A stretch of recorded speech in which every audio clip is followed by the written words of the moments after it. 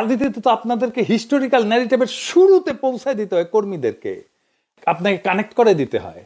আপনি কানেক্ট করে দিতে পারতেন জিয়ার, খালেদা জিয়ার হেরিটেজের সাথে, কইতেন বাংলাদেশের দুইবার রাষ্ট্রকে নতুন ভাবে তৈরি করছে বিএনপির সংসদ, আমরা ইতিহাসের সেই মাহেন্দ্রক্ষণে ফিরে যাব যখন শহীদ প্রেসিডেন্ট জিয়াউর রহমান হাত ধইরা বাকশাল উত্তর বাংলাদেশ তৈরির সময় বিএনপি গঠিত হয়েছে, তারা নির্বাচনে অংশ নিচ্ছে প্রথমবারের মতো জিয়াউর রহমানের নেতৃত্বে। বাংলাদেশের সত্যিকারের নির্মাণ শুরু হয় এইখান থেকে। তারপর দ্বিতীয়বার শহীদ জিয়ার মৃত্যুর পরে ফিনিক্স পাখির মতো ধ্বংসস্তূপ থেকে বিএনপি উঠে দাঁড়ায় একটা সফল গণ অভ্যুত্থানের নেতৃত্ব দিয়া।